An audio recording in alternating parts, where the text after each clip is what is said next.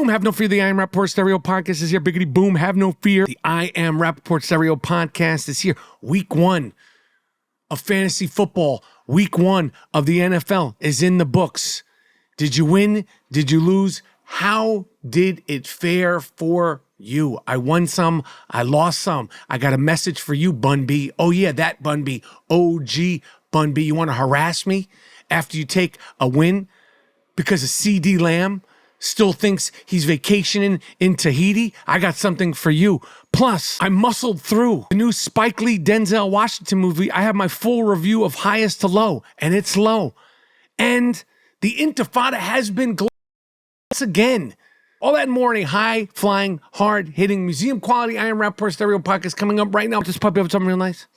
Start this puppy off with something real loud. But most importantly, start this I Am Rapaport Stereo Podcast off with something real funky. This is the I Am Rapaport Stereo Podcast. Lickety, let's go, baby. I Am Rapaport Podcast. And it goes a little something like this. Boom.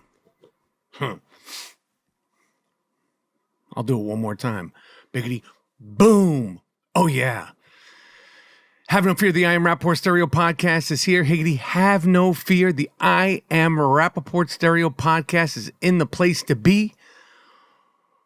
Hope everybody's feeling real safe. Hope everybody's feeling real sane. Hope everybody is feeling super duper disruptive. I Am Rapaport Stereo Podcast coming live and direct.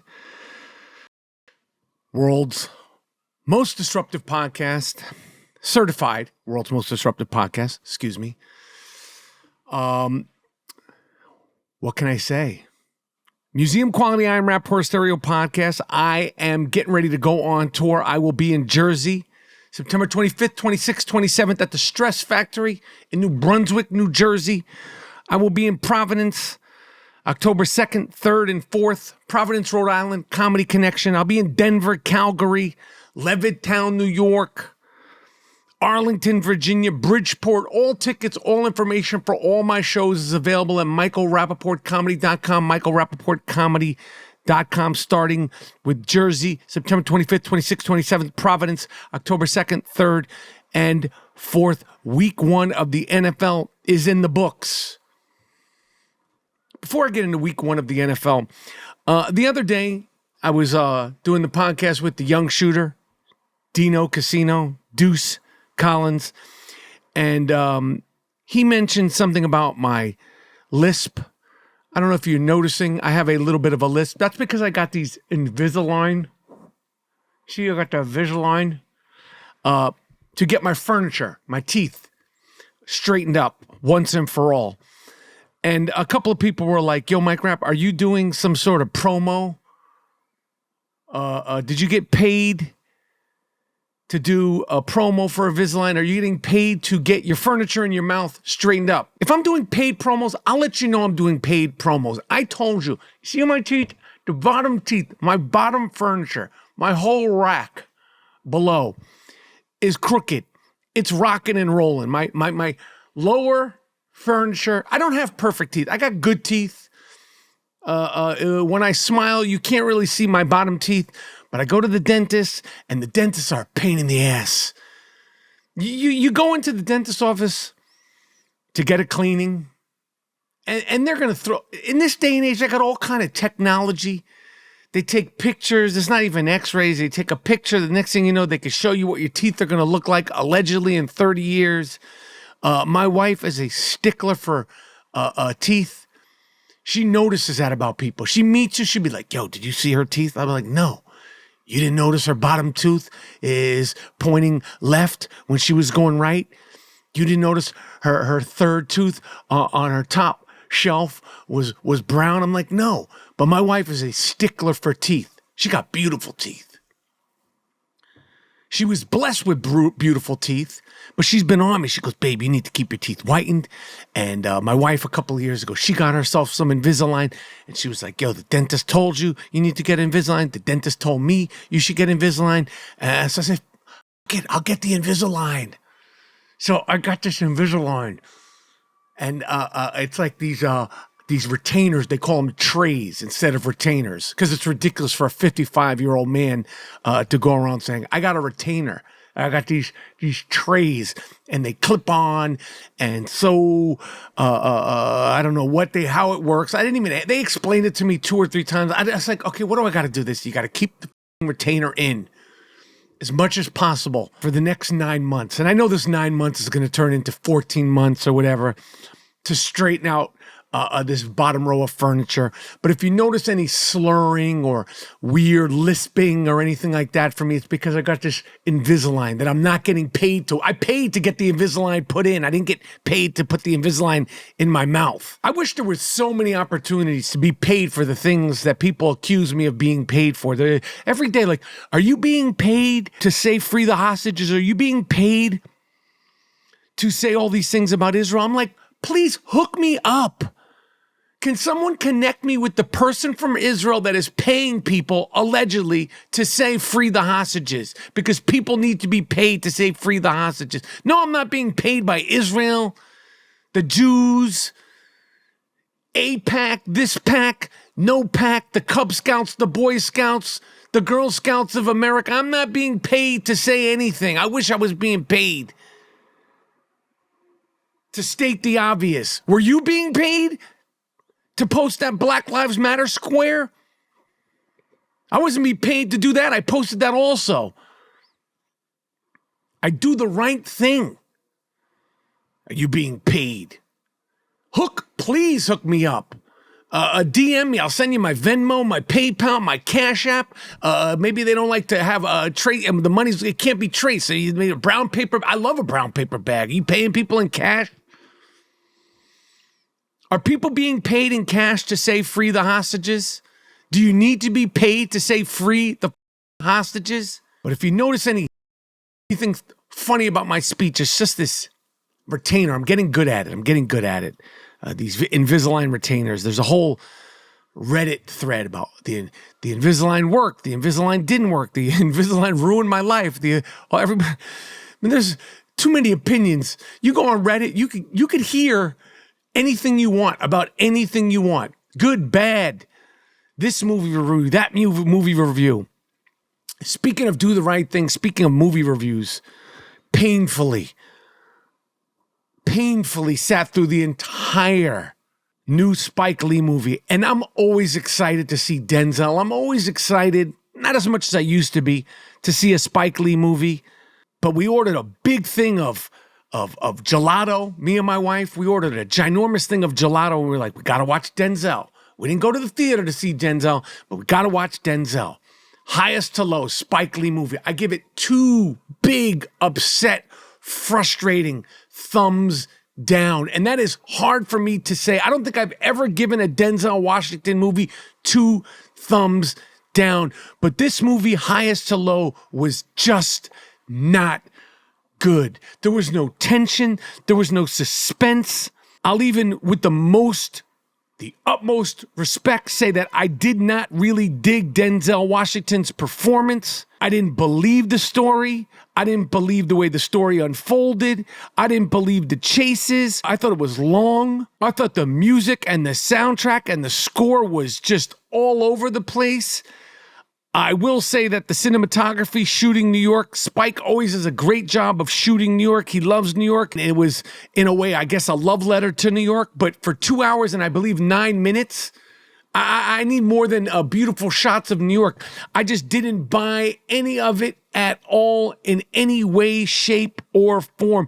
And with Jeffrey Wright, who's also a ridiculously great actor, and the great Denzel Washington, who I've said in the past, Denzel Washington is so good that he has made movies that could be C or D level movies into Academy Award winning performances and Academy Award level films.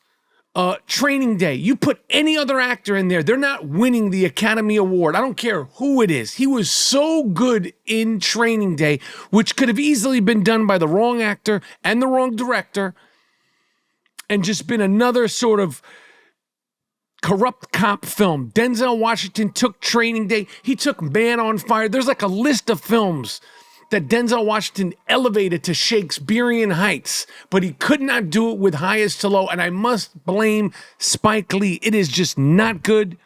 The story's not believable. There is no tension. It's long. The train chase goes nowhere. There's one scene with A$AP Rocky and Denzel Washington that we get to about an hour and 50 minutes into the film, and it's good. It could have been like a Nike commercial. It wasn't believable that they actually met. The fact that he is able to swindle and, kidnap Denzel Washington's son, and then he kidnapped the wrong son, Jeffrey Wright's son, and he forces him to give $17 million, but he's not smart enough to leave I just didn't believe any of it. I thought it stunk. And me and my wife, she wanted to turn over. I said, let's just keep watching. Let's keep watching. It's Denzel. It's Spike Lee. It just was bad, bad, bad.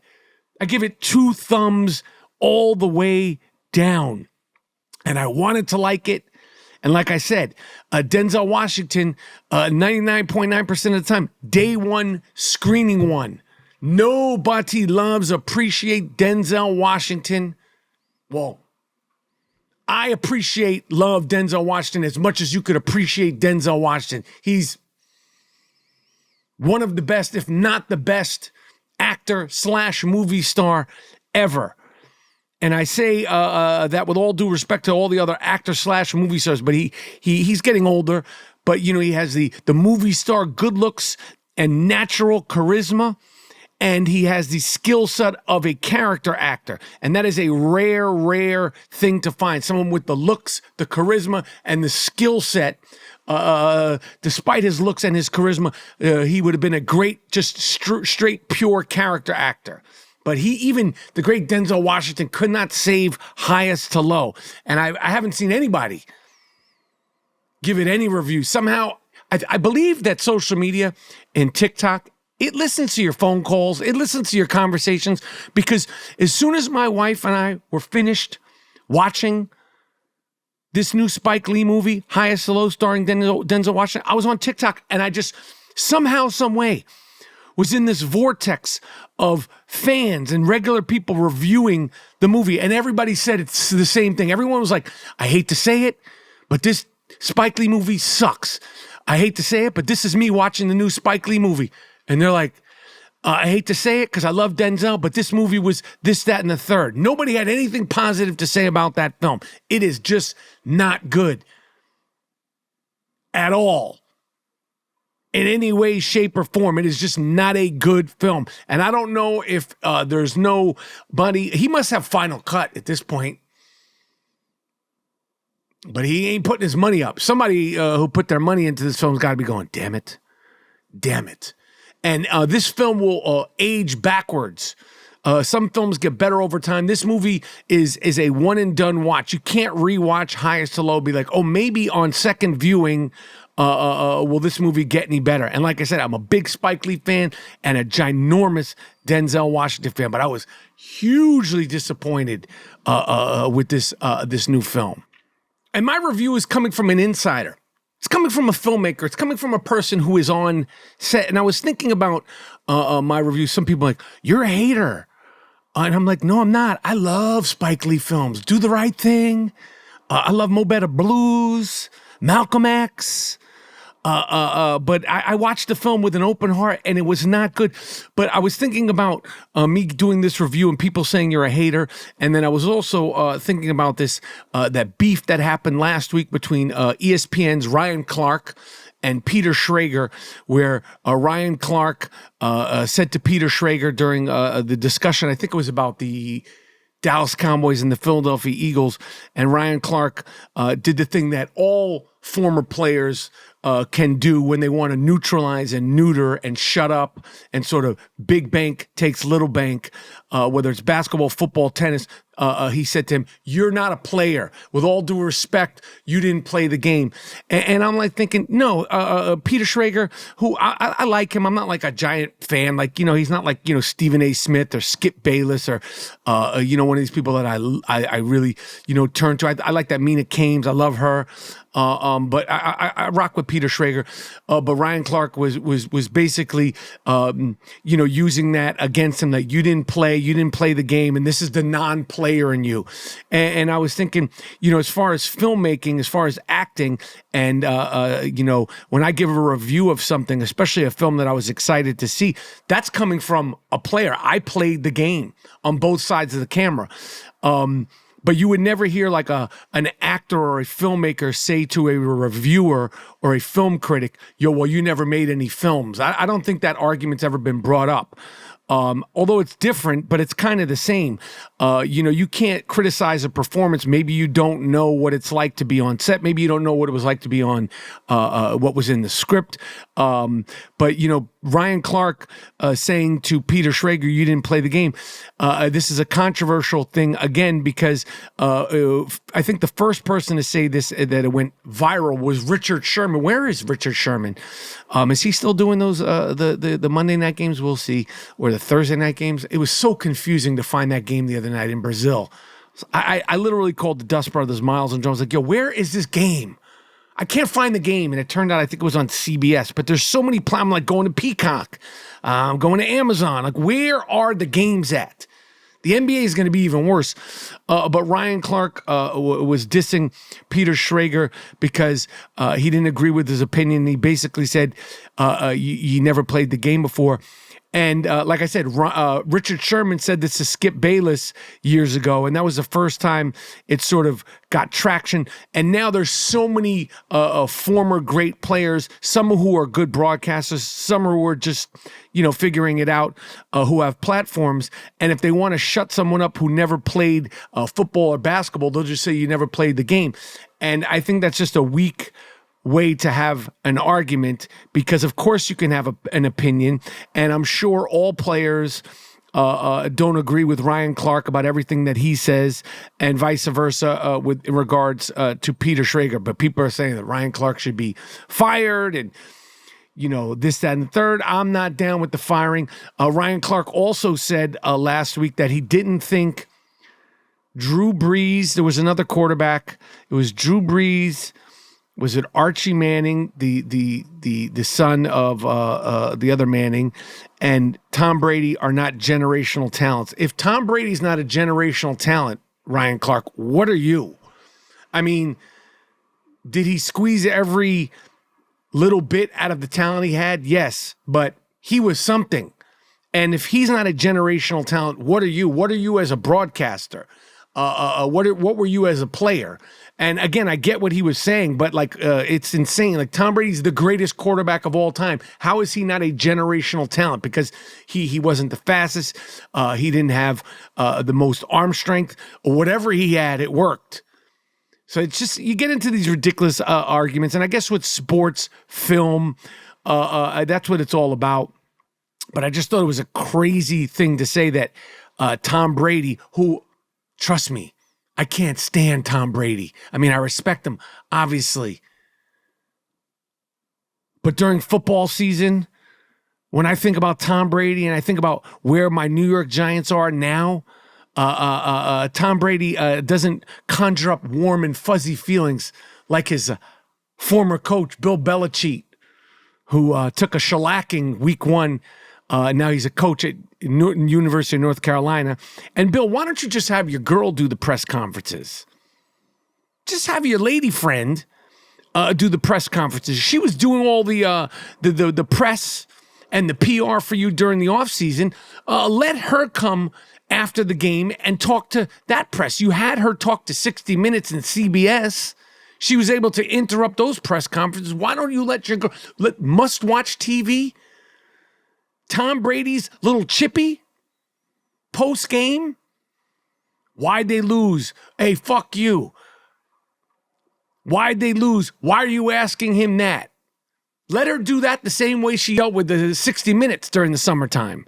Another thing I wanted to talk about in regards to film, I gave my review of Weapons, the film Weapons, with Josh Brolin the other day.